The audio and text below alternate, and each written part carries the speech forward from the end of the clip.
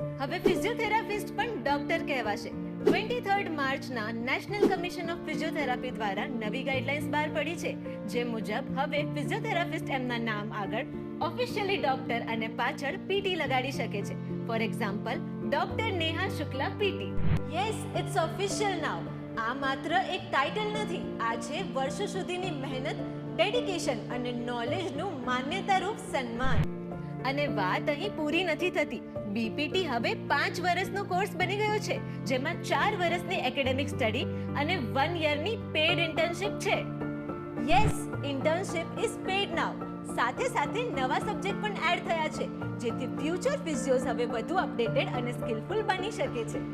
અને જો તમે પણ ફિઝિયોથેરાપી ડોક્ટર બનવા ઈચ્છો છો, તો અક્ષતમ ફિઝિયોથેરાપી કોલેજ તમારી માટે યોગ્ય કોલેજ છે. અહીં માત્ર તમને એકેડેમિક નોલેજ નહીં, પણ કેમ્પસમાં આવેલી હોસ્પિટલ્સમાં લાઈવ પ્રેક્ટિકલ ટ્રેનિંગ પણ મળશે.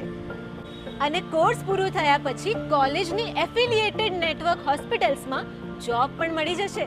તો એડમિશન માટે હમણાં જ સ્ક્રીન પર આપેલા નંબર પર કોલ કરો અથવા અક્ષતમ ફિઝિયોથેરાપી કોલેજની રૂબરૂ મુલાકાત લો.